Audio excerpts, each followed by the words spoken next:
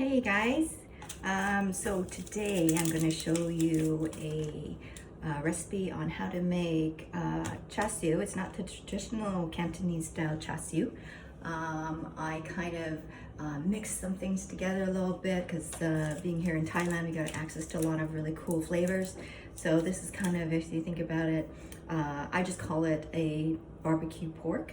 And it's got a little bit of Thai, a little bit Cantonese mixed in it, and it's really, really delicious and really easy to do. So I'll just show you for a second the recipe list. I'll just switch this around. Okay, here's the recipe for everything you need for making barbecue pork or char siu.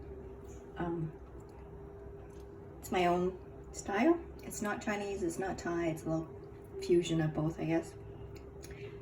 You need some coconut milk.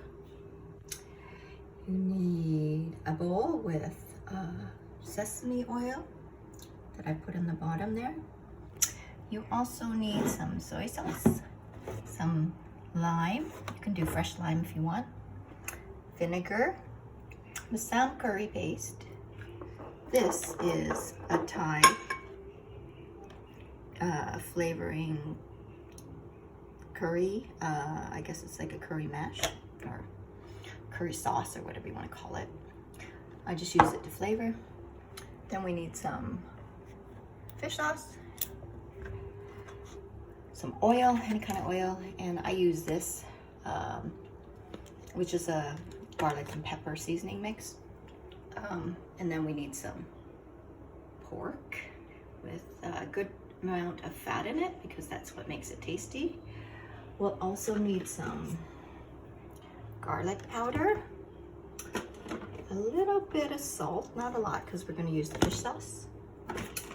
I like to put in turmeric because turmeric it makes things tasty, gives it a good color, and also is anti-inflammatory.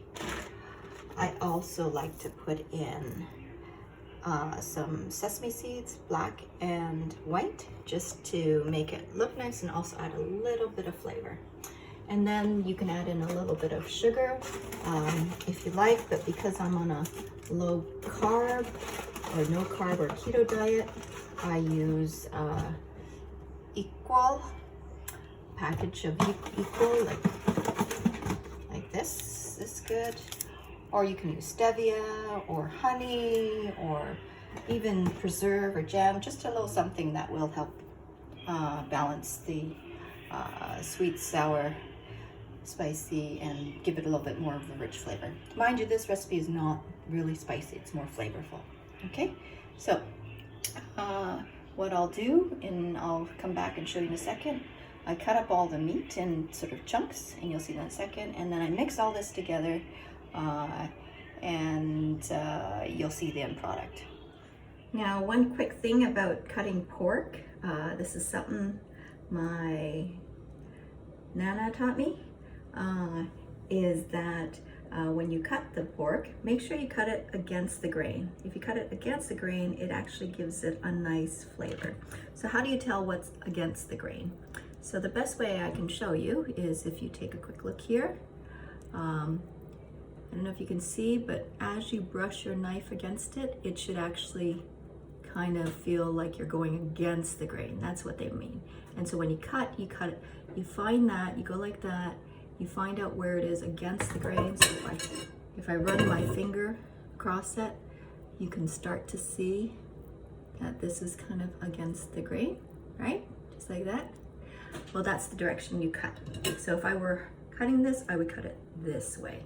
And what you want to do is you want to get some good chunks like this that have a lot of, again, the fat in it, so that when it cooks right up in the oven, you've got a little bit of fat, kind of that gets crispy and yummy on the top, a little sweetness, because you know fat is sweet, right? Along with the meat.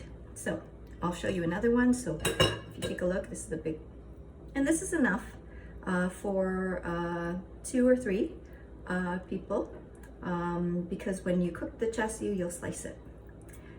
So it's a good way to make meat go further. And of course you do it with rice or anything like that. So I'm going to show you. So here I would find the grain, so I can see that that is actually against the grain. So I'm going to cut it right about here. And you want a pretty good chunk, make them about even, because then they cook evenly. So I'm gonna go and do the rest of the chunk here. See, that's another nice one. It's gonna be delicious chassis. That, okay. And then I'm gonna cut another chunk. Sometimes it helps if it's a little bit frozen like this one is, where it's kind of 2/3 thawed out, because it makes it easier for you to cut. But you see the beautiful marbling in there? That's gonna make a really nice, delicious chassis. And then when it cooks up, when you cut it, you can get a little fat, a little bit of meat. It's gonna be just yummy, delicious. Okay, so I'm cutting up the last 2 bits. There you go. Okay. And then again, this is kind of like old school cooking. This is what my Chinese, Cantonese Nana taught me. All right, so what's next? This is the fun part. So I'm gonna move this aside. I'm gonna wash my hands for a second.